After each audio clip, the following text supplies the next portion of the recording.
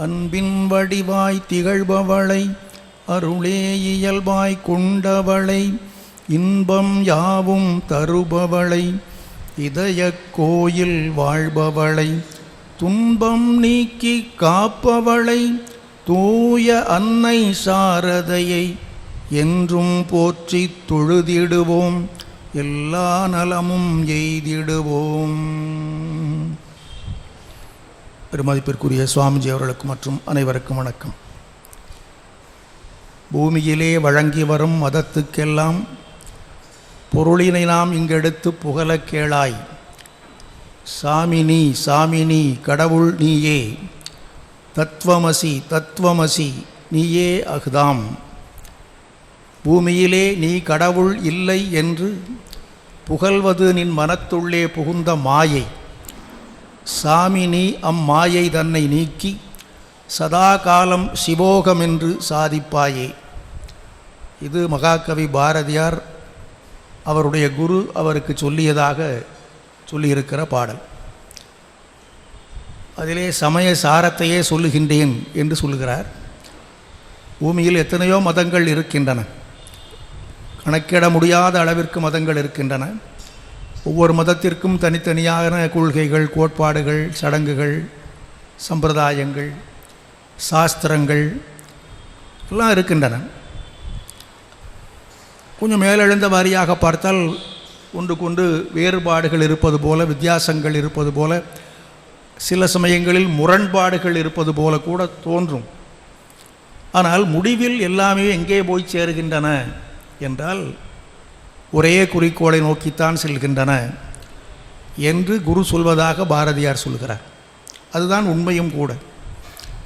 அதைத்தான் அவர் முதலில் சொல்கின்றார். பூமியிலே வழங்கி வரும் மதத்துக்கெல்லாம் பொருளினை நாம் இங்கு எடுத்து புகழ கேளாய். எல்லா மதத்திற்கும் பொருளாக இருப்பது, முடிவான பொருளாக இருப்பது. ஆரம்பத்தில் வேறுபாடுகள் இருக்கலாம். இந்த மாதிரி சடங்குகளைத்தான் செய்ய வேண்டும் என்று இவர்கள் சொல்லலாம், இல்லை இல்லை அந்த மாதிரி சடங்குகளைத்தான் செய்ய வேண்டும் என்று அவர்கள் சொல்லலாம். இப்படி கருத்து மாறுபாடுகள் இருப்பது போல தோன்றலாம். ஆனால் முடிவிலே பார்க்கின்ற போது எல்லாவற்றுக்கும் பொருள் ஒன்றுதான்.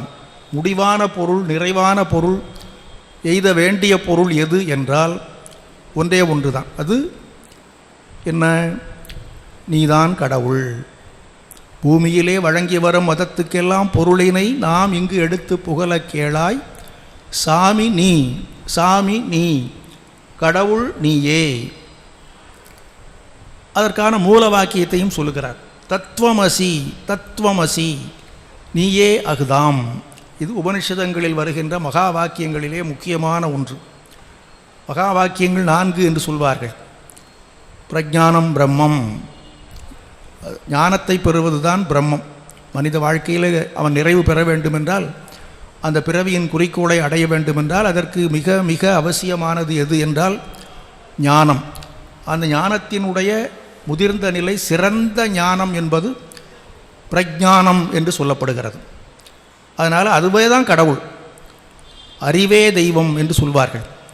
அதுதான் இதில் மகா வாக்கியம் சொல்லுகிறது. பிரஜானம் பிரம்மம். பிரம்மத்தை நீ அறிந்து கொள்ள வேண்டுமென்றால் அதற்கு நீ ஞானத்தை பெற வேண்டும். ஞானம் என்று சொன்னால் இந்த சாதாரண உலகியல் பொருள்களை பற்றிய ஞானம் அல்ல. அதெல்லாம் அபர ஞானம் என்று சொல்லப்படும். உச்சகட்டத்தில் இருக்கின்ற ஞானம், பரம்பொருளை அறிவதற்குரிய ஞானம், அதுதான் பரஞானம். இங்கே அதை பிரஜானம் என்று சொல்லியிருக்கிறார்கள். அந்த ஞானம் வந்து விட்டாலே பிரம்மத்தை நாம் அடைந்து விட்டோம் என்று தான் அர்த்தம். அதனால தான் பிரஜானம் பிரம்மம். எது பிரஜானம் என்ற கேள்விக்கு விடையாக அமைந்திருப்பது தான் இந்த அடுத்த வாக்கியம். தத்துவம் அசி, நீ அதுவாக இருக்கின்றாய்.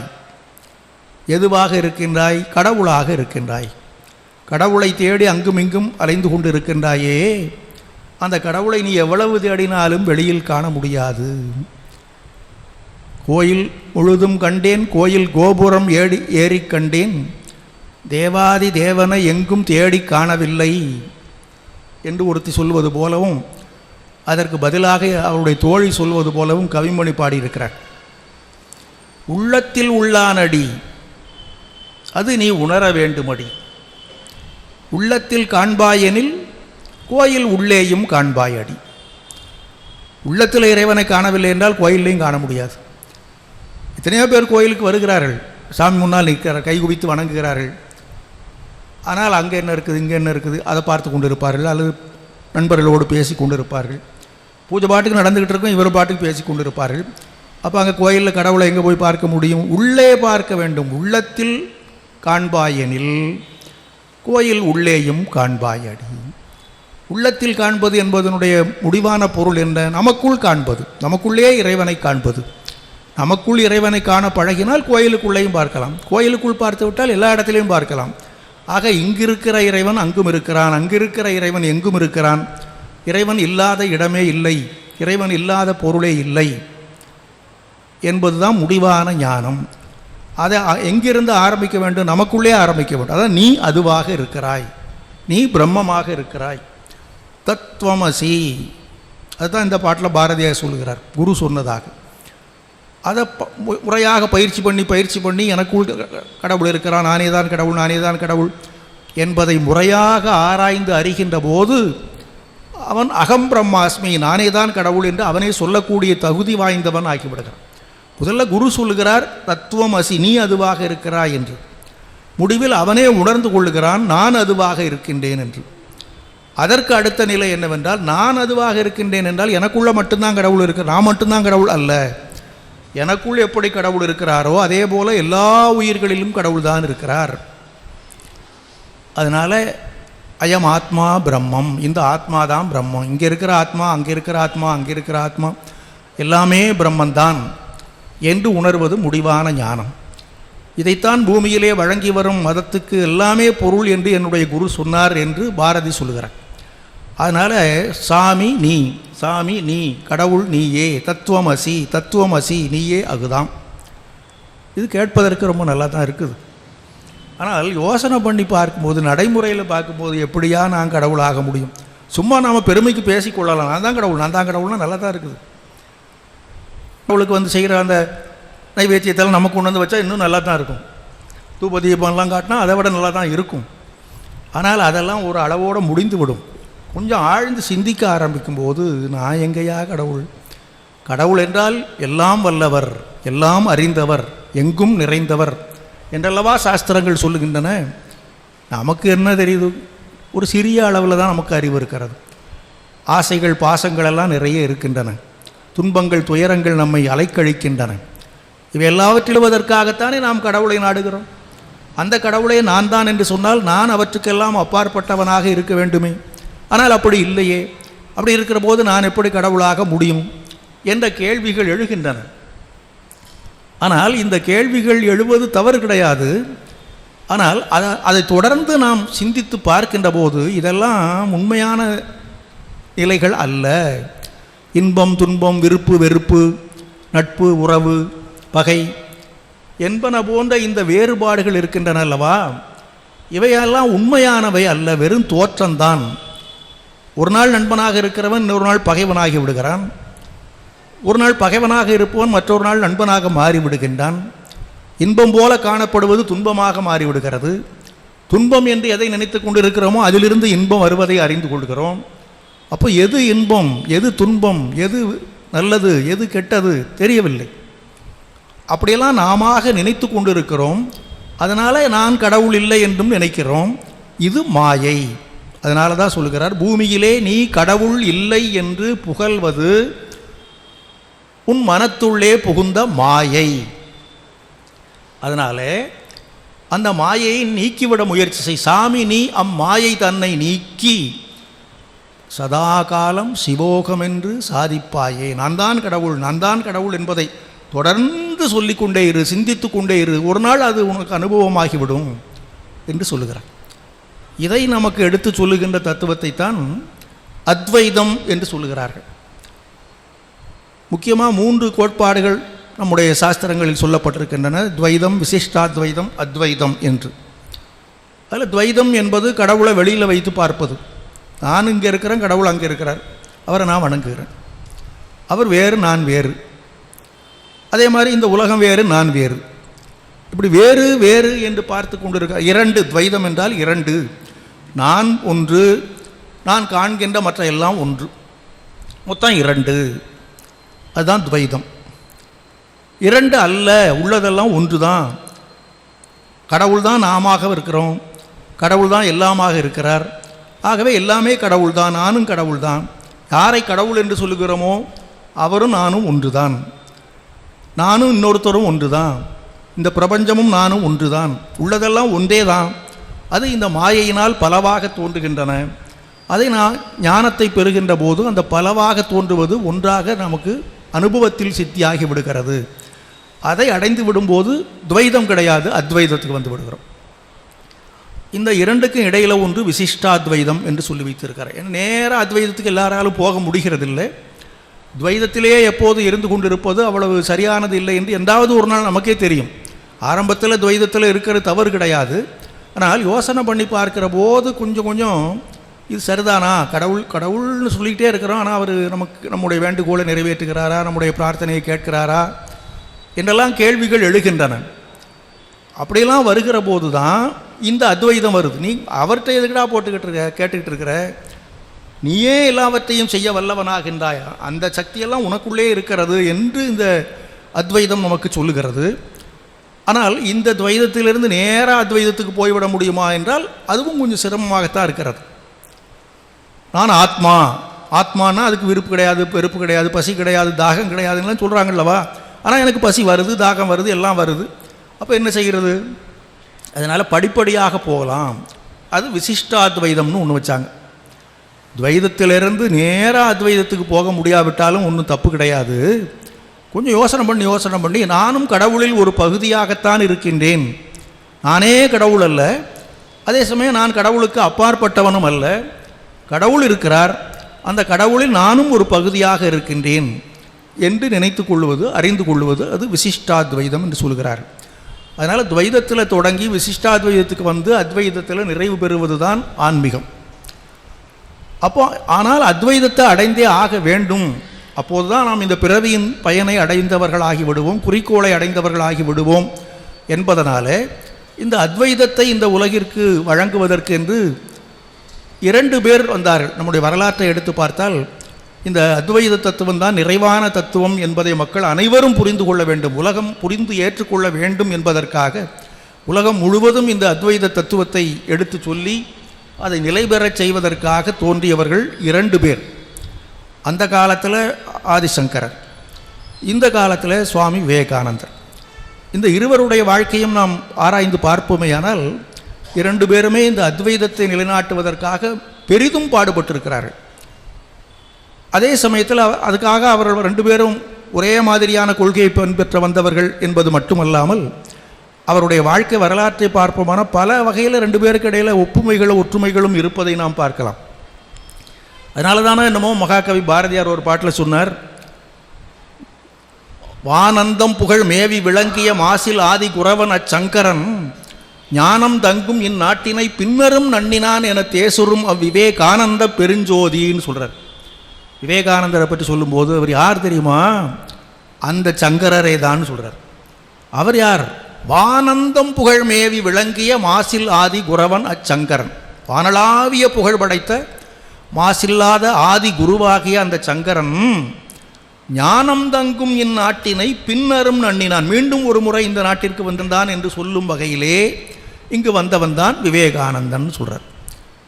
ஞானம் தங்கும் இந்நாட்டினை பின்னரும் நன்னினான் என தேசுரும் விவேகானந்த பெருஞ்சோதி, ஒளி பொருந்திய பெருஞ்சோதி வடிவமாக விளங்குகின்ற விவேகானந்தர்னு சொல்கிறார். அப்போ ஆதிசங்கரராக அன்று யார் வந்தாரோ அவரே தான் பிற்காலத்தராக விவேகானந்தராக வந்தார் என்பது பாரதி பாட்டினுடைய கருத்து. அவருடைய வாழ்க்கையிலேயே ஆரம்பத்திலிருந்தே பார்த்தா கிட்டத்தட்ட ஒரே மாதிரியான வாழ்க்கை முறையாகத்தான் அமைந்திருக்கிறது.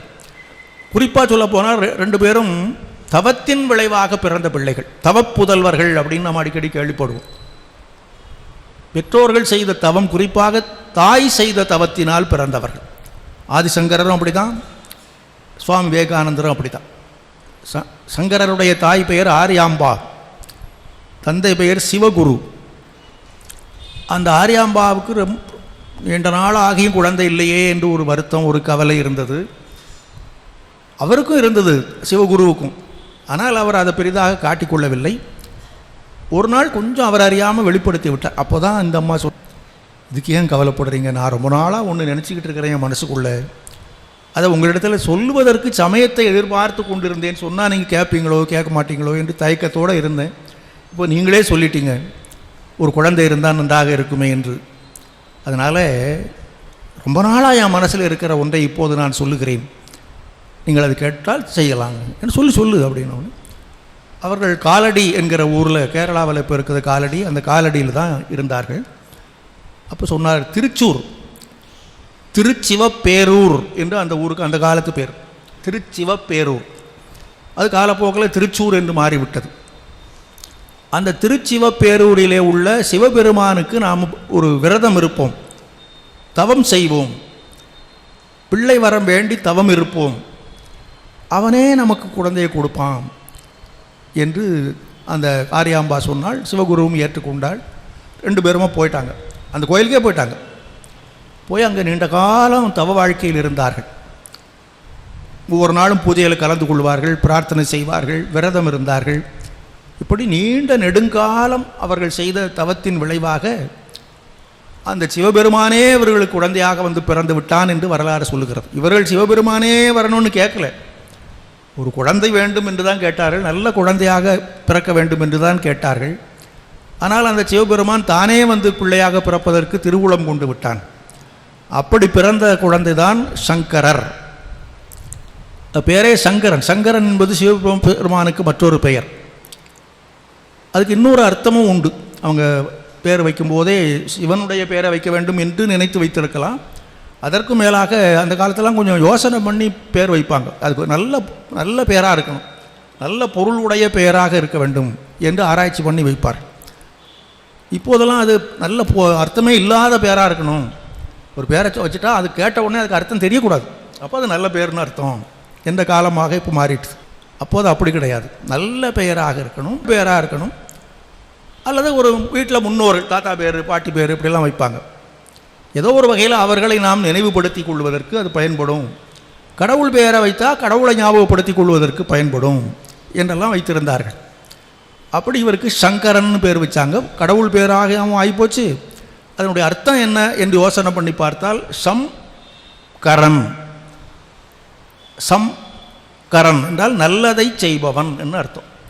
உலகிற்கு இவங்களுக்கு நன்மை செய்யக்கூடிய பையனாக வந்து சேர்ந்தான். குழந்தை இல்லை என்ற ஏக்கத்தை தணித்து இவர்களுக்கு புண்ணியத்தை சேர்த்து கொடுப்பதற்காக வந்தவன். அதனால் சங்கரன் அப்படின்னு வைத்துக்கொள்ளலாம்.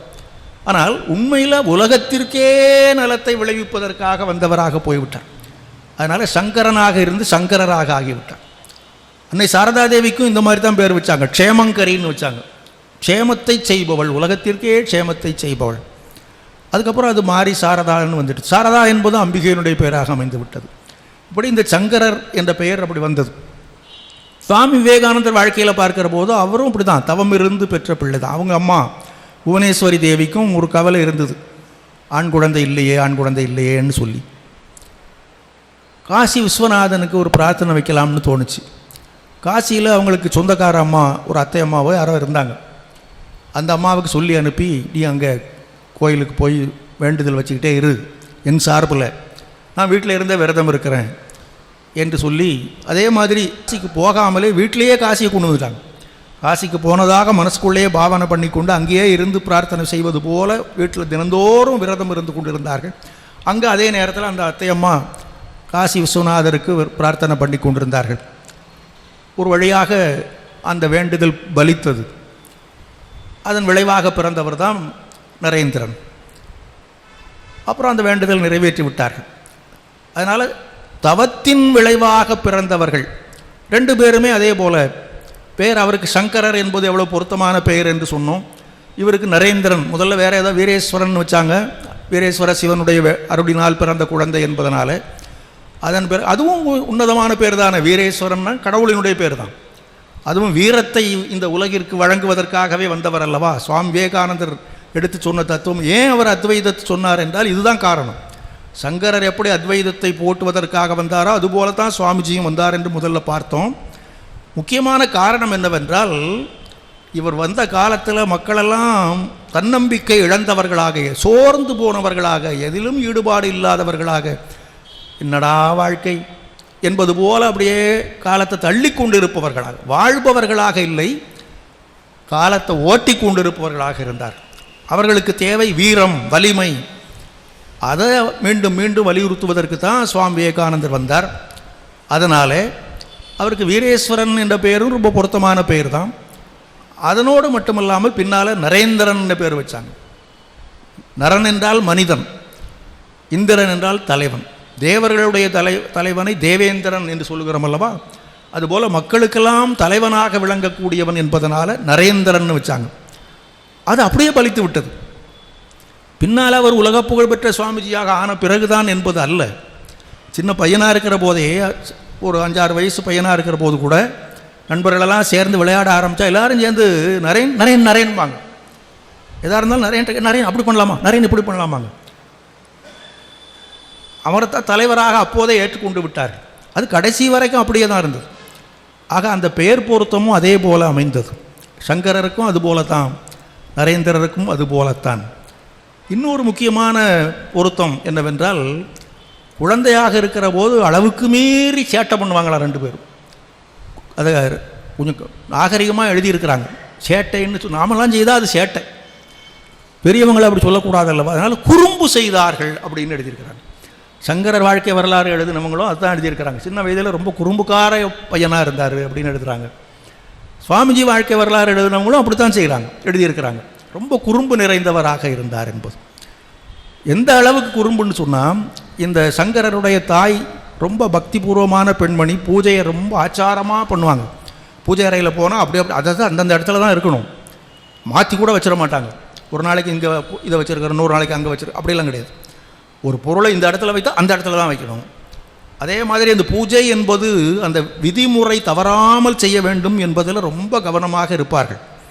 அந்த பூஜையின் விளைவாகத்தானே இந்த பையனே பிறந்தாங்கிறதுனால இன்னும் ரொம்ப ஈடுபாடு அதிகமாகிட்டுது.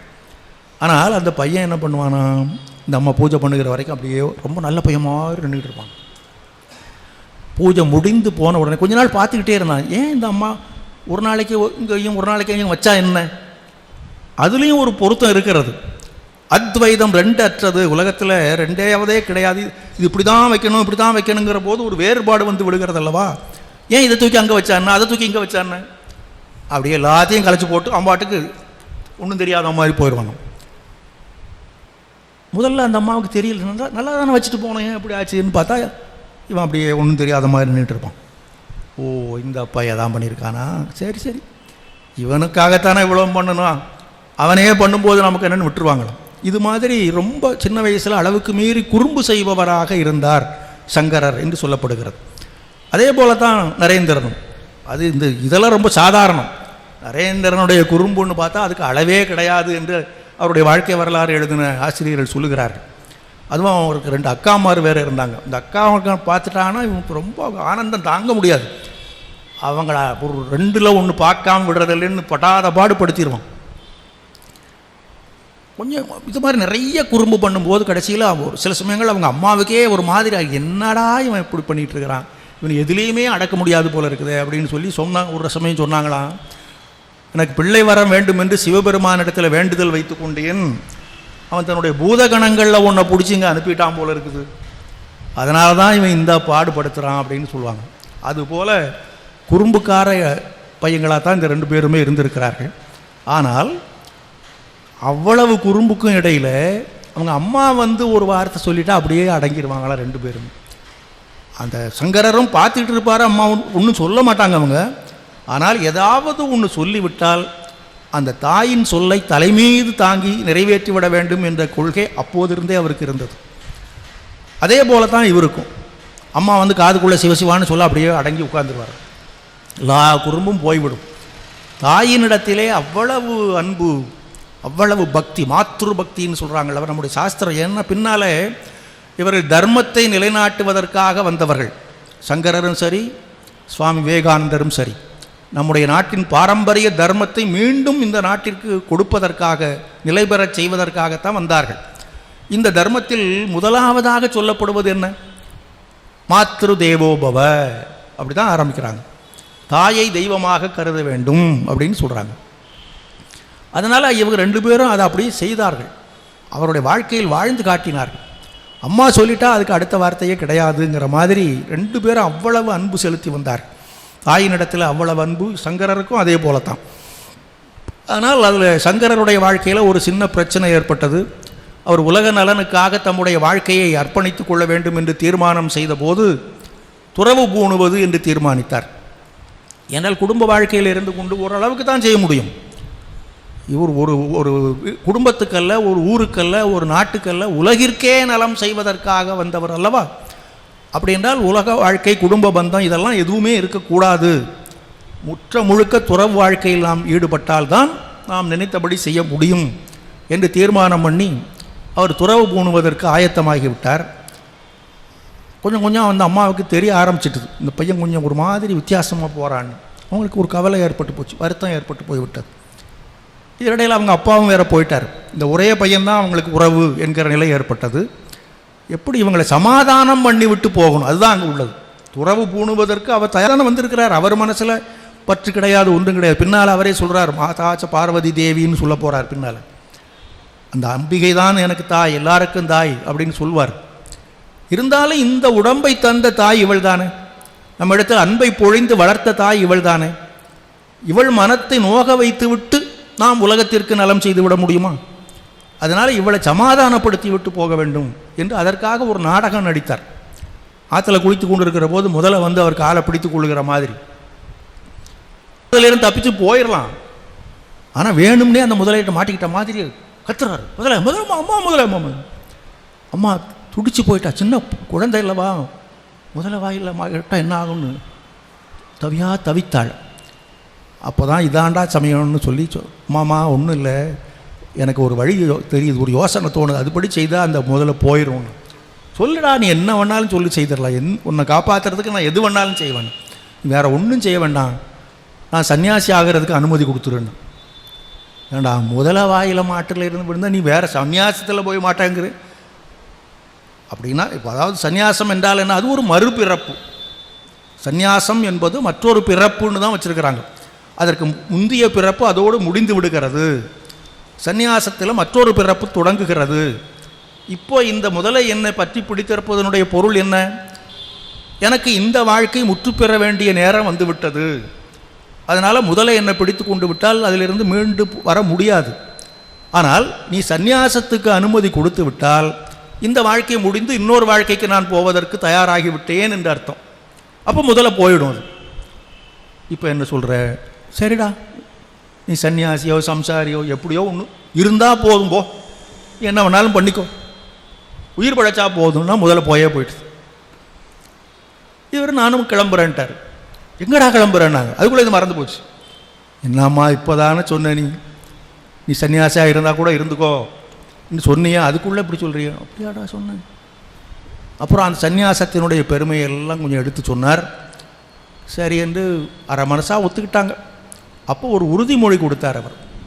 அந்த தாயினிடத்தில் வைத்திருக்கிற அந்த அன்பும் பக்தியும் அவரை விட்டு நீங்காதுங்கிறதுக்கு அடையாளமாக சொன்னார். நான் துறவியாக போனாலும், உன்னை விட்டு நீங்கி போய்விட்டாலும், உனக்கு ஒரு இறுதி நேரம் வரும் அல்லவா, அப்படி வரும்போது நீ என்னை நினைத்துக்கொள். அப்போது எங்கே இருந்தாலும் சரி, உலகத்தின் எந்த மூலையில் இருந்தாலும் சரி, என்ன வேலை செய்து கொண்டிருந்தாலும் சரி, அதெல்லாம் அப்படியே போட்டுவிட்டு நான் ஓடியே வந்து விடுவேன். உன்னை நல்ல கதியில் கொண்டு சேர்ப்பது தான் அப்போது என்னுடைய முதல் கடமையாக இருக்கும் என்று ஒரு உறுதிமொழி கொடுத்துட்டு போனார். அதே மாதிரி தான் செய்தார். சுவாமி விவேகானந்தருடைய வாழ்க்கையில் பார்க்கும்போது அந்த அம்மா கொஞ்சம் வித்தியாசமான அம்மா. ஏனென்றால் அவங்க ரொம்ப அந்த காலத்திலேயே ஆங்கில படிப்பெல்லாம் படித்தவங்க. சுவாமிஜிக்கு ஆரம்ப படிப்பே அவங்க தான் சொல்லி கொடுத்தாங்க. அவரே சொல்கிறார், என்னுடைய வாழ்க்கையில் நான் எவ்வளவு உயர்வுகளை பெற்று இருக்கின்றேனோ அவ்வளவுக்கும் எங்கள் அம்மா தான் முதல் காரணம்னு சொல்லியிருக்கிறார். அப்படி சொல்லி சொல்லி வளர்த்த தாய். அதில் முக்கியமான ஒன்று என்னவென்றால், ஒரு சமயம் பள்ளிக்கூடத்தில் இவர் செய்யாத ஒரு தவற்றுக்கு ஒரு தண்டனை கொடுத்துட்டாங்க. அதை வீட்டில் வந்து அம்மா கிட்ட சொன்னார். நான் செய்யலம்மா, ஆனால் எனக்கு ஆசிரியர் தண்டனை கொடுத்துட்டாரு. அந்த அம்மா சொன்னாங்க, நீ ஒன்றும் கவலைப்படாத, நீ தப்பு செய்யலை இல்லவா, அவங்க தண்டனை கொடுத்தா கொடுத்துட்டு போட்டோம், அவருடைய கண்ணோட்டத்தில் தவறாக தெரிஞ்சிருக்குது, நீ தவறு செய்யவில்லை, அவ்வளவுதான் முக்கியம். நீ தவறு செய்யவில்லை என்றால் எதை பற்றியும் நீ அஞ்சாதே, கவலைப்படாதே. இன்னும் ஒன்று நான் இப்போ உனக்கு சொல்லுகிறேன், சத்தியத்தை எப்போதும் பின்பற்று. அந்த சத்தியம் ஒன்றுதான் உன்னுடைய வாழ்க்கைக்கு உறுதுணையாக இருக்க வேண்டும். எது உனக்கு சத்தியம் என்று தோன்றுகிறதோ, எது உனக்கு சரியானது என்று படுகிறதோ அதை நீ செய். இந்த உலகமே அதற்கு எதிராக நின்றாலும் நீ கவலைப்படாதே. இப்படி சொல்லி உருவாக்கின தாய். அப்படி இருக்கும்போது அவர் நான் துறவரத்துக்கு போகிறேன்னு சொன்னால் அவங்க தடுக்கவா போகிறாங்க? தடுக்கலை.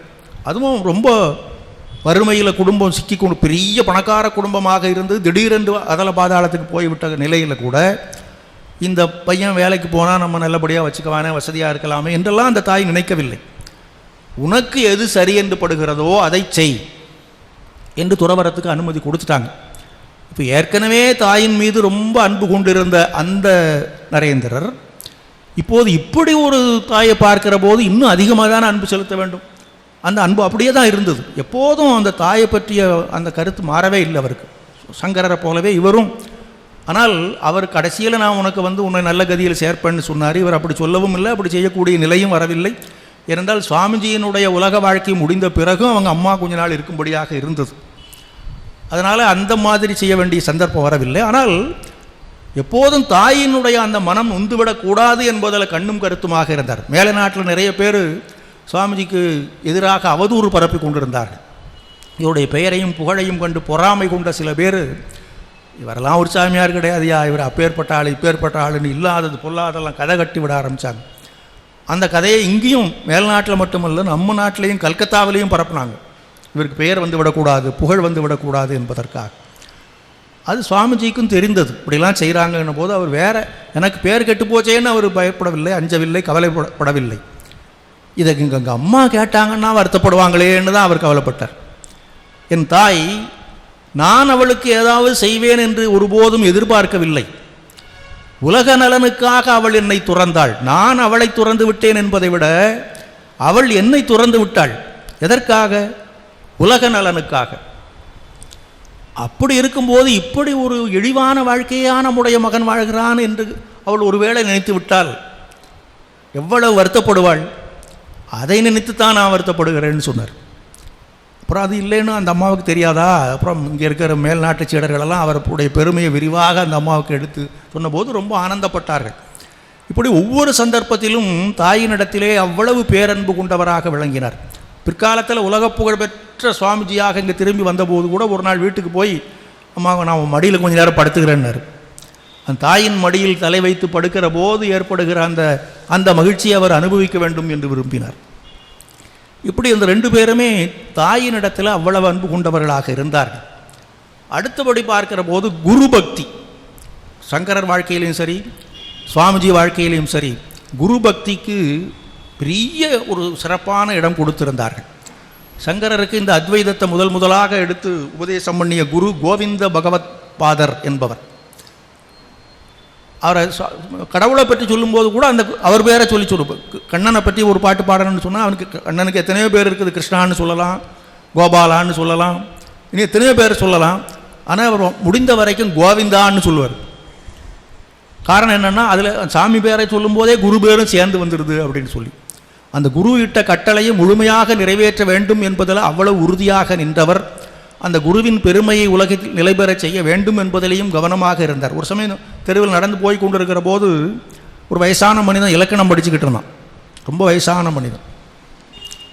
டுக்குறிஞ்சுக்கரணேன்னு மனப்பாடம் பண்ணிக்கிட்டு இருந்தான். இலக்கணம் தேவைதான். ஒரு மொழியை நன்றாக பயன்படுத்துவதற்கு இலக்கணம் அவசியம். அது எப்போ ஒரு 10 வயசில் 15 வயசில் படித்து முடிச்சிடணும். அப்புறம் ஒரு வயசு தாண்டுகிற போது நம்ம ஆன்மீக சம்பந்தப்பட்ட நூல்களை படிக்க வேண்டும். இவன் அந்த 10 வயசு 15 வயசில் இலக்கணத்தை படிக்காமல் விட்டுட்டு 60-70 வயசில் உட்காந்துட்டு டுக்குறிஞ்சுக்கரணேன்னு மனப்பாடம் பண்ணிக்கிட்டு இருந்தான். இவர் பார்த்தார் சங்கரர், என்னடா இந்த வயசில் போய் ஒரு டுக்குறிஞ்சுக்கரணையை மனப்பாடம் பண்ணிக்கிட்டு கடவுள் பேரை சொல்ல வேண்டிய நேரத்தில் வேற என்னத்தையோ சொல்லிகிட்டு இருக்கிறாருன்னு. அப்போ தான் சொன்னேன், டேய் வயசாகிடுச்சுடா, பகவானை பாடு, இதெல்லாம் விட்டு தள்ளு. கடைசி நேரத்தில் நீ போகும்போது உனக்கு கூட வருகிறது இது வராது, இந்த டுக்குறிஞ்சுக்கரணை வராது. கோவிந்த நாமந்தான் வரும். பஜ கோவிந்தம் பஜ கோவிந்தம் கோவிந்தம் பஜ மூடமதே சம்பிராப்தே சந்நிகிதே நகி நகி ரட்சதி. இந்த டுக்குறிஞ்சுக்கரணை ஒன்றும் ரட்சிக்காது, காப்பாற்றாதுரா. கோவிந்தனுடைய நாமந்தான் உன்னை காப்பாற்றும் அப்படின்னு அந்த பகவான் பேரை சொல்லும்போது அதில் அந்த பேரை பயன்படுத்தினார். அப்படி ஒரு குரு பக்தி உடையவர். அந்த குரு பக்தி தான் அவரை மிக உன்னத நிலை கொண்டு போய் சேர்த்தது என்று கூட சொல்லலாம். இவரை பற்றி நமக்கு சொல்ல வேண்டிய அவசியமே இல்லை. எவ்வளவு குரு பக்தி உடையவராக இருந்தார் என்பதற்கு அவர் சொல்கிறார். பல இடங்களில் சொல்வார். அதிகமாக இவர் குருதேவர் பிள்ளைன்னு கூட அவருடைய சில சீடர்களெல்லாம் கோபித்து கொண்டார்கள். ஆனால் இவர் அதுக்கு என்ன காரணம் சொன்னார்னா, நான் என்னுடைய குருதேவரை பற்றி பேச ஆரம்பித்தால் அவருடைய பெருமையை சொல்லுகிறேன் என்று ஆரம்பித்து அவரை பற்றி கொஞ்சம் குறைவாக சொல்லிவிடுவேனோ என்று பயப்படுகிறேன். என்னமே இப்படியது அல்ல, அதை நான் சொல்கிறேன்னு ஆரம்பித்து அது கொஞ்சம் குறைவாக ஏதாவது சொல்லிவிடுவேனோ என்று நான் அஞ்சுகிறேன்னார். அவ்வளவு பக்தி வச்சுருந்தார். அதை தாண்டி எப்போதாவது சில சமயம் சொல்லும்போது அவர் சொல்லுவார், என்னுடைய சிந்தனையாலோ என்னுடைய சொல்லாலோ என்னுடைய செயலாலோ ஏதேனும் நன்மை விளைந்திருக்குமேயானால் அதற்கெல்லாம் காரணம் அவர்தான். அதற்கு மாறாக ஏதாவது தவறு நடந்திருந்தால் அது என்ன சேர்ந்ததுன்னர். அப்படி ஒரு குரு பக்தி உடையவர். இன்னும் சொல்கிறார், அவர் நினைத்திருந்தால் அவருடைய கடைக்கண் பார்வையினால் 1000 விவேகானந்தர்களை தோற்றுவித்திருக்க முடியும். ஆனால் இந்த முறை என்னை அவர் தேர்வு செய்தார், அது நான் செய்த புண்ணியம்னார். அப்புறம் பின்னால் அந்த இயக்கத்துக்கே பேர் ராமகிருஷ்ண மிஷன் தான் வச்சார். சங்கரர் கூட சங்கர மடங்கிற பேர் தான், அவருடைய மடத்துக்கெல்லாம் சங்கர மடம்னு தான் பேர் இருக்குது. அதே மாதிரி இவரும் விவேகானந்த மடம்னு வச்சுருந்தா யாரும் கேட்க போகிறதில்லை. எல்லோரும் சரின்னு ஏற்றுக்கிட்டு ரொம்ப மகிழ்ச்சியாக ஏற்றுக்கிட்டு இருப்பாங்க. என்றால் அவருடைய மேலை நாட்டு சீடர்கள் தான் இந்த மடம் உருவாவதற்கு அடிப்படை அமைத்து கொடுத்தவர்கள். அதனால் அவர்களால் இவர் மேலே ரொம்ப அளவு கடந்த பக்தி கொண்டவர்கள். அதனால தான் அவங்க செய்தாங்க. அவங்களெல்லாம் கேட்டிருந்தால் அவங்களே விவேகானந்த மடம்னு வச்சிடலான்னு தான் சொல்லியிருப்பாங்க. அதனால் அவர் கேட்கவே இல்லை, ராமகிருஷ்ண மடம்ட்டார். இவர் சொன்ன பிறகு அவங்க என்ன சொல்ல முடியும்? அப்படி அவ்வளவு குருபக்தி நிறைந்தவராக இருந்தார். இது எல்லாமே எதற்காக என்றால் இவற்றின் மூலமாக அத்வைத தத்துவத்தை உலகத்திற்கு நாம் எடுத்து சொல்ல வேண்டும் என்பதுதான். அந்த அத்வைதத்தை அவரும் அவருடைய அந்த மடங்கள் மூலமாக சீடர்கள் மூலமாக பரப்பினார். அவரும் நிறைய சீடர்களை உருவாக்கினார். சுவாமிஜியும் நிறைய சீடர்களை உருவாக்கினார். ஒவ்வொரு சீடரும் பார்த்தா அவருடைய அந்த சீடர்கள் ஒவ்வொருத்தருடைய வாழ்க்கை வரலாறு பார்த்தாலே இவர்கள் எப்பேற்பட்டவர்கள் என்று தெரிந்து கொள்ளலாம். அதனால் அந்த காலத்தில் ஒரு சொல்லுவாங்க, அதாவது ஒரு மனிதன் எவ்வளவு சிறந்தவன் என்று தக்கார் தகவலர் என்பது அவர் எச்சத்தால் காணப்படும்னு ஒரு குறள் இருக்குது.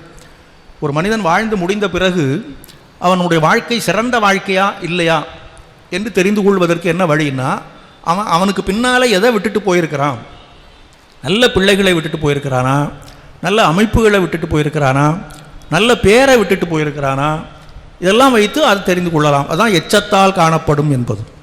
அதுபோல இவருடைய சீடர்கள் ஒரு நல்ல குருவுக்கு அவர் எவ்வளோ சிறந்த குருவா இல்லையா என்று தெரிந்து கொள்வதற்கு அடையாளம் அவருடைய சீடர்கள் தான்.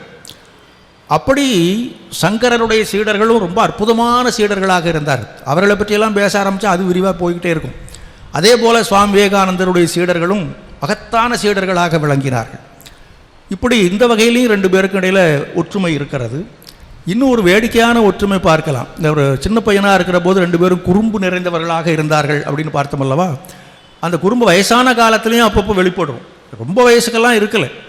சங்கரரும் ஒரு 32 வருஷம்தான் இருந்தார். சுவாமி விவேகானந்தரும் ஒரு 39 வருஷம்தான் இருந்தார்.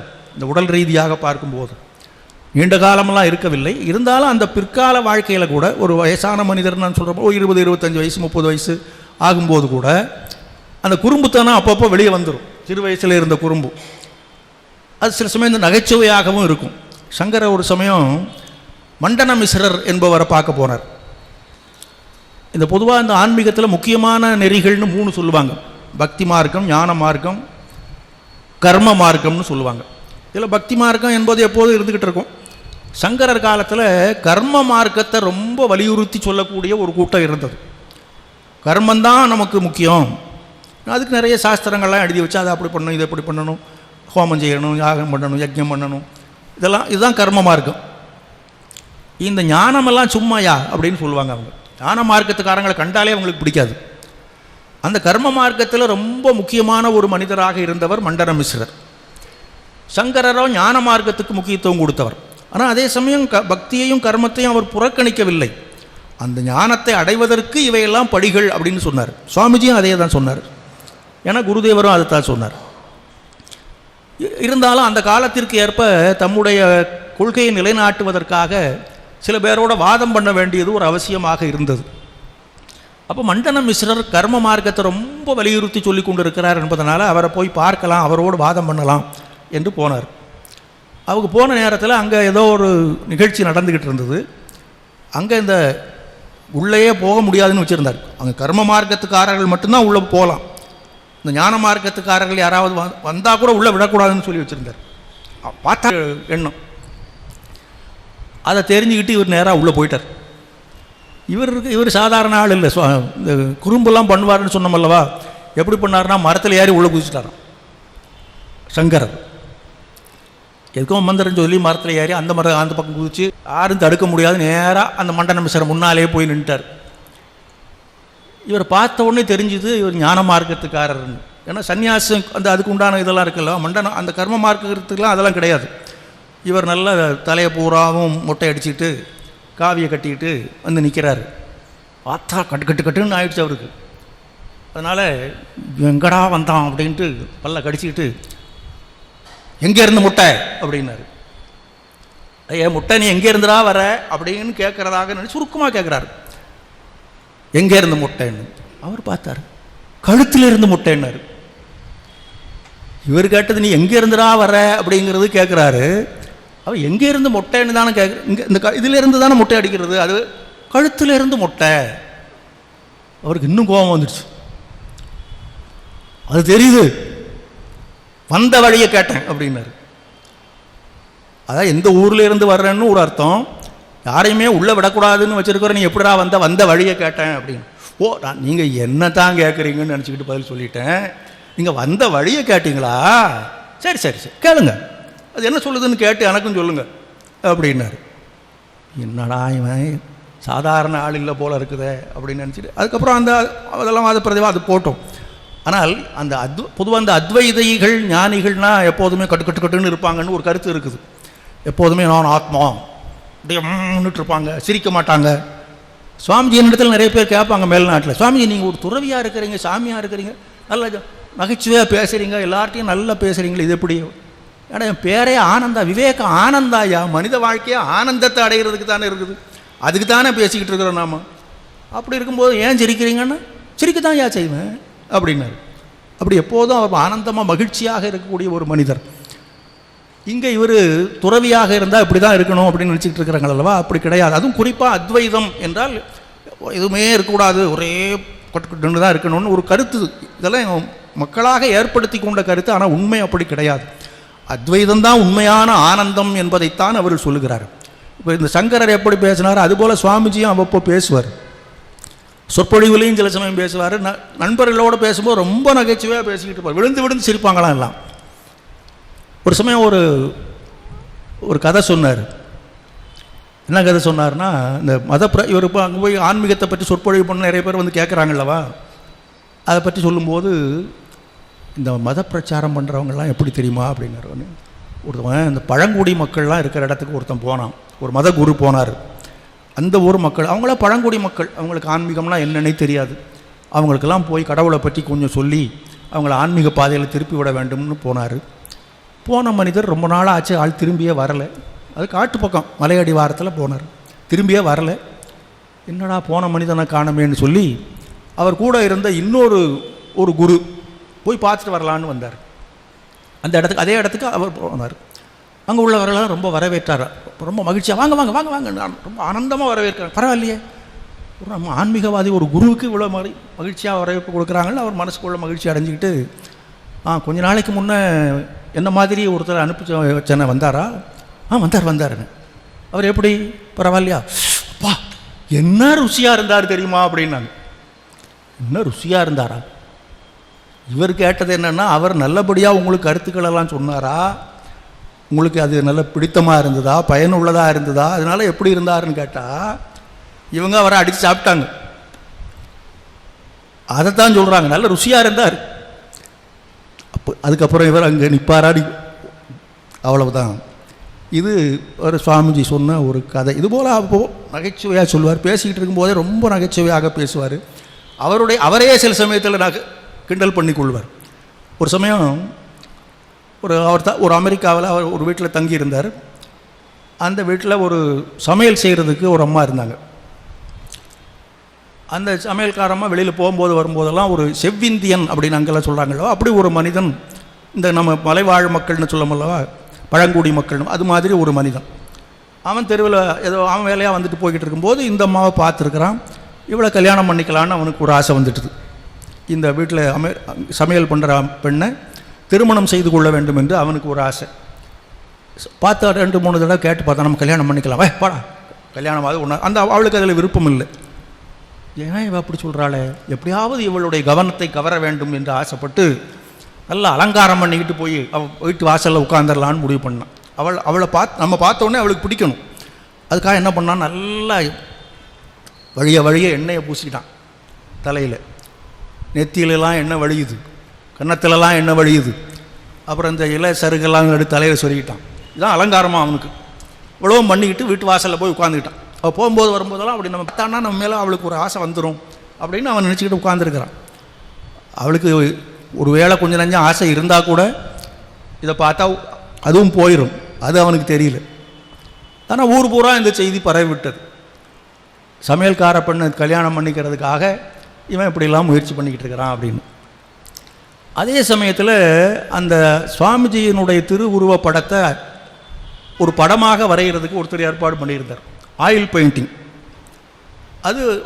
அது ஒரு பக்கம் நடந்துக்கிட்டு இருந்தது. சுவாமிஜி நீங்கள் அதை கொஞ்சம் பாருங்கள், எல்லாம் சரியாக இருக்குதான்னு பாருங்கள், ஏதாவது சரி திருத்தம் பண்ணணுன்னா சொல்லுங்கள், பண்ணிடலான்னு அப்பப்போ கூட்டிகிட்டு போவாங்க.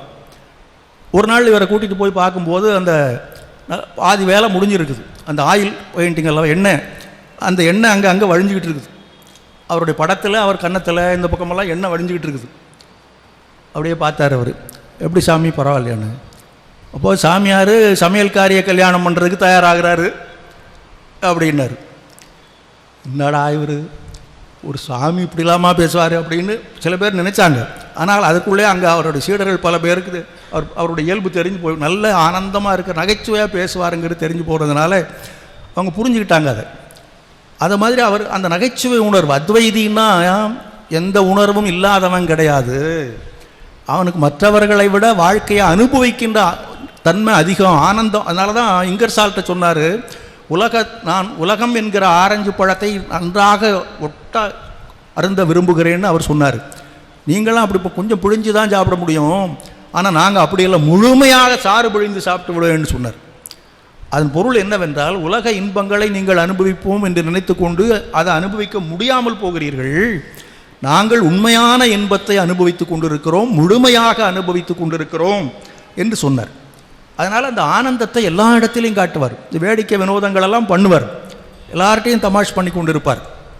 அதை புரிந்து கொண்டவர்கள் அந்த ஆனந்தத்தை அனுபவிப்பார். ஒரு சமயம் அவர் அந்த தங்கியிருந்த ஒரு வீட்டில் அந்த குடும்பமே அவருக்கு ரொம்ப பழக்கமாயிட்டாங்க. ஹேல் குடும்பம் அப்படின்னு சொல்லுவாங்க. அவங்க ஹேல், அவருடைய மனைவி, அவருடைய பிள்ளைகள் எல்லாருமே. அந்த பிள்ளைகளுக்கு ஹேல் சகோதரிகள் அப்படின்னு சொல்கிறது. அதில் ஒருத்தி ஹேரியட் ஹேல் அப்படின்னு ஒருத்தி பேர், மேரி ஹேல்னு ஒருத்தி, ஹேரியட் ஹேல்னு ஒருத்தி. 2 பேரும் நல்லா பழகுவாங்க. அவர்கிட்ட நண்பர்கள் போல் ஒரு பக்கம் குருவாக வச்சுக்குவாங்க, இன்னொரு பக்கம் நண்பர்கள் போல் பழகுவாங்க. ஒரு நாள் அந்த ஹேரியட் ஹேல், சாமி நீங்கள் உலகம் பூராவும் போய் உங்கள் கருத்தெல்லாம் பரப்பணுன்னா எல்லா மொழியும் தெரிஞ்சுக்கணும் அல்லவா, அதனால் ஃப்ரெஞ்சு மொழி கற்றுக்கிறீங்களா அப்படின்னா. கற்றுக்கிறேன்னுட்டார் அவருடனே. அவளும் ஃப்ரெஞ்சு மொழின்னு சொல்லி எதையோ சொல்லிக் கொடுத்தா. சொல்லி கொடுத்துட்டு ஒரு ஃப்ரெஞ்சு பாட்டுன்னு எழுதி கொடுத்தா. இந்த பாட்டுக்கு பொருள் என்ன அப்படிங்கிறதையும் சொன்னான். இதை நீங்கள் நல்லா மனப்பாடம் பண்ணிக்கங்க, யாராவது ஃப்ரெஞ்சுக்காரனை கண்டா இதை சொல்லுங்கள், உங்களை ரொம்ப பாராட்டுவான் அப்படின்னு. இவர் உண்மைதான் நினச்சிக்கிட்டு அதை மனப்பாடம் பண்ணிட்டார். அப்புறம் ஒரு ஃப்ரெஞ்சு பண்டிதரை சந்திக்கக்கூடிய வாய்ப்பு கிடைத்தது. நான் ஒரு பாட்டு சொல்லட்டுமா அப்படின்னாரு. நீ ஃப்ரெஞ்சு பாட்டா? ஆமாம் சொல்லுங்கள். பாட்டை சொல்லிட்டார். இதுக்கு அர்த்தம் சொல்லட்டுமா இப்போ அப்படின்னாரு. அர்த்தமும் சொன்னார், தப்பாக சொன்னார். காரணம் என்னென்னா, அவள் அப்படி தான் சொல்லி கொடுத்துருக்க, வேணும்னே சொல்லி கொடுத்துருக்குறான். அந்த பாட்டுக்கு உண்மையான பொருளை சொல்லாமல் வேறு ஏதோ பொருளை சொல்லி இவரை ஏமாற்றிட்டான் சுவாமிஜியை. இவர் அது தெரியாமல் இவர்கிட்ட போய் சொன்ன உடனே அவருக்குன்னா சிரிப்பு தாங்க முடியல. என்ன சாமி நீங்கள் இப்படி பொருள் சொல்கிறீங்க, யார் சொல்லி கொடுத்தாங்கன்னு. அதெல்லாம் இருக்கட்டும், பேசிக்கலான்ட்டு விட்டார் அதை. அப்புறம் இதை எப்படியாவது இந்த கோபத்தை நம்ம காட்டணும் அப்படின்னு பார்த்தார் அந்த ஹேரியட் மேலே. இப்போ அவருக்கு வெளியூருக்கு வந்திருக்கிற, கடற்கரையில் இருக்கக்கூடிய ஏதோ ஒரு ஊரில் தங்கி இருக்கிறதுக்காக வந்திருந்தார். அவங்க குடும்பம் அங்கே இருக்குது, சிக்காகோவில். அவளுக்கு ஒரு கடிதம் எழுதினார். இவர் இருக்கிற இடம் இப்போ நல்ல கடற்கரை பகுதி, நல்ல குழு குழு குழுன்னு இருக்குது. இந்த கோடை காலத்துக்கெல்லாம் சில பேர் போகிறோமே அது போல். அவள் இருக்கிற இடம் நல்ல வெப்பம் நிறைந்த ஊர், கோடை தகித்து கொண்டு இருக்கிறது. அதை வச்சுக்கிட்டு கடிதம் எழுதினார். நான் அங்கே இருக்கிற இடம் இப்போ எப்படி இருக்குது தெரியுமா? நல்ல குழு குழு குழுன்னு இருக்குது, ஆனந்தமாக இருக்குது. நீங்கள் இருக்கிற இடம் எப்படி இருக்கும் எனக்கு நல்லா கற்பனை பண்ணி பார்க்குறேன். நல்ல பொசுக்குகிற வெயிலில் அப்படியே வெந்துக்கிட்டு இருக்கிறீங்களா? நல்லா வெந்துக்குங்க, நல்லா அந்த வெப்பத்தை அனுபவிங்க. நீங்கள் பண்ணினதுக்கு அதுதான் உங்களுக்கு பலன் அப்படின்னாரு. இவரை மாட்டி விட்டார் அல்லவா, அதுக்காக அவர் சாபம் கொடுக்குற மாதிரி. அதை நினைக்க நினைக்க எனக்கு ரொம்ப ஆனந்தம். நான் இங்கே நல்ல குழு குழுன்னு இருக்கிறது கூட எனக்கு பெருசாக தெரியல. ஆனால் இதே நேரத்தில் நீங்கள் அந்த வெயிலில் என்ன பாடுபடுவீங்க, அதை நினைக்க நினைக்க எனக்கு ஆனந்தம் தாங்க முடியலன்னு எழுதினார். அது உண்மையில் மற்றவர்கள் துன்பத்தை கண்டு வருந்துகின்றவர் தான் சுவாமிஜி தெரியும். ஆனால் இவ அவரை மாட்டி விட்டாள் அல்லவா, அதுக்கு பதிலாக சொல்கிறேன்னு. இதுபோல் அப்பப்போ சந்தர்ப்பம் கிடைக்கிற போதெல்லாம் நகைச்சுவையிலையும் ரெண்டு பேருமே சமமாகத்தான் இருந்தார். சங்கரரும் அப்படி தான், இவரும் அதே மாதிரி தான். ஆனால் அதே சமயத்தில் பிறர்க்கென வாழ்வது, சுவாமிஜியினுடைய முக்கியமான செய்தி அதுதானே. பிறர்க்கென வாழ்பவரே வாழ்பவர்கள், they alone live who live for others. அதுலேயும் ரெண்டு பேருக்கும் அந்த அவருக்கு நிகர் இவர் தான், இவருக்கு நிகர் அவர் தான், அப்படி தான் சொல்லணும். யாருக்கும் அப்படியே அத்வைதம் என்றால் என்ன? எல்லாம் ஒன்று தான். அப்போ இன்னொரு உயிருக்கு ஒரு நன்மை விளையும் என்றால் அதற்காக இந்த உயிரை நாம் துறந்து விடவும் தயாராக இருக்க வேண்டும் என்ற, அது இப்படிலாம் திட்டம் போட்டுக்கிட்டு அவங்க செய்யலை, அது இயல்பாகவே அமைந்தது. ஒரு சமயம் ஆதிசங்கர இடத்துல அவருக்கு எதிராக இருக்கக்கூடிய ஒருத்தன் வந்து கேட்டான். இந்த ஞான மார்க்கத்தை மண்டன மிஸ்ரர் மட்டும் இல்லை, இன்னும் பல பேர் ஏற்றுக்கொள்ளவில்லை. இந்த ஆள் வந்து ஞானம் ஆன்மா ஆன்மா அது இதுன்னு சொல்லி மக்களை கெடுத்துருவான் போல இருக்குதே. நாம் எவ்வளோ கஷ்டப்பட்டு மக்களெல்லாம் அந்த மூட நம்பிக்கைகளில் முழுக வச்சுருக்கிறோம், அதிலிருந்து இவர் வெளியே கொண்டாந்துருவார் போல இருக்குது, விடக்கூடாது இவர் என்று பல பேர் இவருக்கு கெடுதல் செய்ய முயன்றார்கள். அதில் இந்த காபாலிகம் அப்படின்னு ஒரு மதம் இருந்தது. காபாலிகம், அப்புறம் இந்த மாதிரி சில மதங்கள், ரொம்ப பயங்கரமான பைரவம் அப்படின்னு ஒன்று இருந்தது, காளாமுகம் அப்படின்னு ஒன்று. இதெல்லாம் ரொம்ப கொடுமையான வழிமுறைகளை பின்பற்றுவது ஆன்மீகத்தின் பெயரால். இன்னும் சில இது இந்த வாமாச்சாரம், இதெல்லாம் ரொம்ப அருவருக்கத்தக்க வழிபாட்டு முறைகளை பின்பற்றுவது. இவங்களுக்கெல்லாம் இந்த சங்கரரை கண்டா பிடிக்காது. இவர் நல்ல நேரான மார்க்கத்தில் கொண்டு போகிறார் மக்களை. அதனால் நம்முடைய செல்வாக்கெல்லாம் இல்லாமல் போய்விடும் என்று பயந்து போய் அவரை எப்படியாவது இவர் இல்லாமல் பண்ணிட்டா பரவாயில்லன்னு நினச்சாங்க. அதில் ஒரு காபாலிகர் கூட்டத்தினுடைய தலைவன் ஒருத்தன், இவரை போய் ஒன்றும் பண்ண முடியாது. அதுக்கு அவன் யோசனை பண்ணி ஒரு வழி கண்டுபிடித்தான். இவர் என்ன தான் இருந்தாலும் அவரிடத்துல போய் அதாவது ஒரு உதவின்னு கேட்டால் கண்டிப்பாக செய்துறாரு, அதை பயன்படுத்தி கொள்ளலாம் என்று ஒரு நாள் அவர் அமைதியாக இருக்கிற நேரத்தில் வந்து பார்த்துட்டு கேட்டான், சுவாமி நான் ரொம்ப நாளாக இந்த காபாலிக உபாசனை பண்ணிக்கிட்டு இருக்கிறேன், காபாலியாகிய சிவபெருமான் எனக்கு காட்சி அளிக்கவே மாட்டேங்கிறாரு. இவன் ஒழுங்காக பண்ணால் தானே காட்சி அளிப்பார், இவன் தான் எதிர்மறையில் போகிற ஆளாக இருக்கிறான். அப்புறம் சிவபெருமான் அவர் அன்பே வடிவானவர், இவன் கொடூரமே வடிவானவன், இவனுக்கு சிவபெருமான் எங்கே போய் காட்சி கொடுப்பாரு? ஆனால் அவன் அப்படி சொல்கிறான், நான் காட்சி பெற வேண்டும் என்று நினைக்கிறேன், அவர் காட்சி கொடுக்காமலே இருக்கிறாரு. அப்புறம் பெரியவர்களெல்லாம் கேட்டப்போ என்ன சொன்னார்கள் என்றால், ஒரு அரசனையாவது ஒரு மிகப்பெரிய ஞானியையாவது பலி கொடுத்தால் காபாலி காட்சி கொடுப்பாருன்னு சொல்கிறாங்க.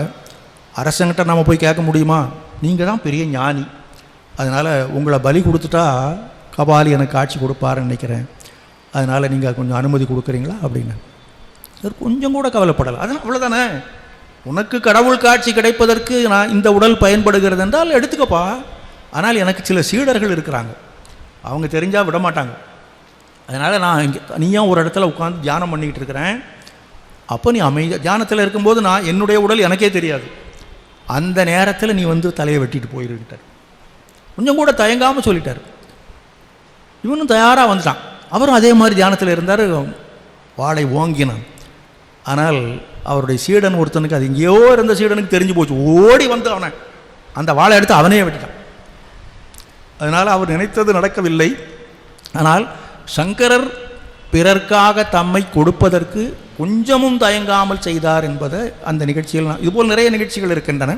சுவாமிஜி வாழ்க்கையிலும் அதே போல் சின்ன பையனாக இருக்கிற போதே ஒரு நண்பனோடு சேர்ந்து திருவிழா பார்க்க போனார். பார்த்துட்டு 2 பேர் திரும்பி வந்துக்கிட்டு இருந்தாங்க, பேசிக்கிட்டே வந்தாங்க. திடீர்னு சத்தத்தையே காணும், எங்கடா போனான் ஆளை காணும்னு திரும்பி பார்த்தா அவன் ஏதோ அப்படி வேடிக்கை பார்த்துட்டு இருந்திருக்கிறான். அவன் பக்கத்தில் போகிறதுக்குள்ளே ஒரு வேகமாக ஒரு குதிரை வண்டி வந்து அவனை அடித்து அவன் மேலேயே போகிற மாதிரி வந்துடுச்சு. ஒரு வினாடி கூட யோசிக்கவில்லை, வேகம் ஓடி போய் அவன் அப்படியே இழுத்துக்கிட்டு அப்படி சரிஞ்சிட்டார். அந்த நேரத்தில் நமக்கு என்ன நடக்கும் என்று அவர் கருதவே இல்லை. பிறர்க்கென வாழ்தல் என்பது அப்போதிருந்தே அவருக்கு வந்து விட்டது. இதுபோல் நிறைய நிகழ்ச்சிகள் அவருடைய வாழ்க்கையில் நடந்தன. ஒரு சமயம் 3 நாள் ஒரு இடத்துல ஆழ்வாருங்கிற இடத்துல உட்காந்து நிறைய பேர் வந்து கேட்டுக்கிட்டே இருந்தார் தேசங்கள். அவர் பேசிக்கிட்டே இருந்தார். சாப்பாடு கிடையாது, தண்ணி கிடையாது, ஒன்று கிடையாது. வந்தவங்க யாருமே சுவாமி சாப்பிட்டீங்களான்னு கூட கேட்கல. ஒரு 4 பேர் வர்றாங்க, பேசுகிறாங்க, போயிடுறாங்க. அடுத்த ஆள் 10 பேர் வர்றாங்க, பேசுகிறாங்க, போயிடுறாங்க. அதனால் இவருக்கு யாராவது சாப்பாடு கொடுப்பாங்கன்னு அவங்க நினச்சிருக்கலாம். ஆனால் அதை பற்றி கவலைப்படவே இல்லை. இவரும் கவலைப்படலை. கடைசியாக 3 நாள் கழிந்த பிறகு ஒரு தொழிலாளி வந்து, சாமி 3 நாளாக நீங்கள் பேசிக்கிட்டே இருக்கிறீங்களே, சோறு தண்ணி இல்லாமல், சாப்பாடு வேண்டாமான்னு கேட்டான். குடுறா, நீ குடு, நான் சாப்பிட்றேன்னு வாங்கி சாப்பிட்டார். அப்போ பிறர்க்கென வாழ்வது, நமக்கு உணவு கிடைக்கிறதா இல்லையா, ஓய்வு கிடைக்கிறதா இல்லையா, அதை பற்றியெல்லாம் அவர் பொருட்படுத்தவே இல்லை. கடைசி வரைக்கும் அப்படி தான் இருந்து தான் அவருடைய உடல் நலிவுற்றது. இதே போல் அவர் முழுக்க பிறர்க்கென வாழ்பவர்களாகவே 2 பேருமே இருந்தார்கள். எதற்காக? முக்கியமாக என்னென்னா, இந்த அத்வைதத்தை வலியுறுத்துவதற்காக தங்களை அவர் முழுக்க தியாகம் செய்து கொண்டார். அதே சமயம் அத்வைதம் ஒன்றுதான் சரியான மார்க்கம் என்று அவர்கள் ஒருபோதும் சொல்லவில்லை. இந்த உருவ வழிபாட்டை ஏற்றுக்கொண்டார்கள். எல்லா தெய்வங்களையும் வணங்குவதற்கு வழிவகுத்து கொடுத்தவர். ஷண்மத ஸ்தாபகர்னு சங்கரரை சொல்லுவாங்க.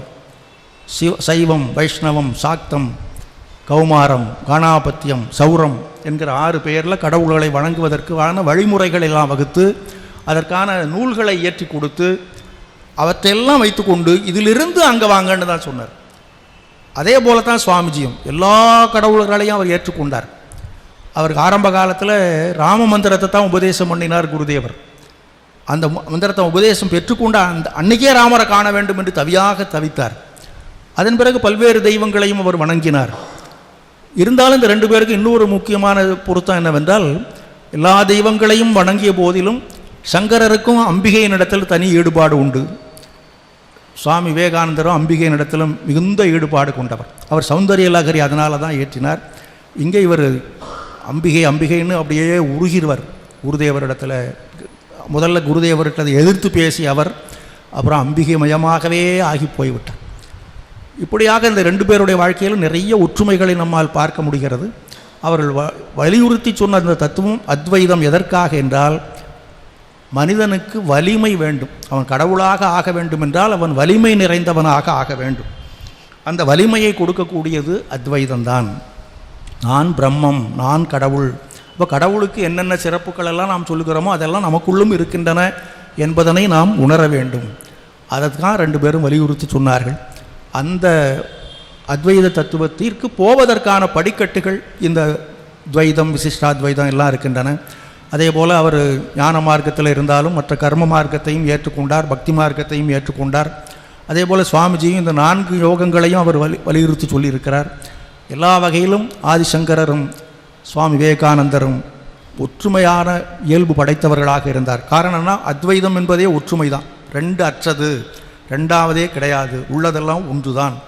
அந்த ஒன்றை வலியுறுத்துவதற்காக வந்தவர்கள். அவருடைய வாழ்க்கையில் உள்ள ஒற்றுமைகள் மட்டுமல்ல, அவர்கள் வலியுறுத்திய ஒற்றுமையையும் கருத்தில் கொண்டு இந்த நாம் இப்போது இருக்கிற நிலையிலிருந்து அத்வைதத்தை நோக்கி செல்வதற்கு அவரும் அவருடைய குருவாகிய அன்னை ஸ்ரீராமகிருஷ்ணரும் அன்னை சாரதா தேவியும் நமக்கு அருள் புரிய வேண்டும் என்று பிரார்த்தித்துக் கொள்வோமாக. சீர்பெருகு வங்க நிலம் சிறக்க வந்தோன், ஸ்ரீராமகிருஷ்ணர் பதம் சிறமேற்கொண்டோன், பார்புகழும் வேதாந்த பயிர் வளர்த்தோம், பாரதத்தின் பெருமை எங்கும் பரவச் செய்தோம், வேர்பரிய எதிர்வாதம் விரித்து கூறி வீண்வாதம் செய்பவரை வாதில் வென்று வெற்றி தார்புனைந்த தவ யோகி விவேகானந்தன் தாழ்பணிந்து வாழ்வோம் இத்தரணி மீதே.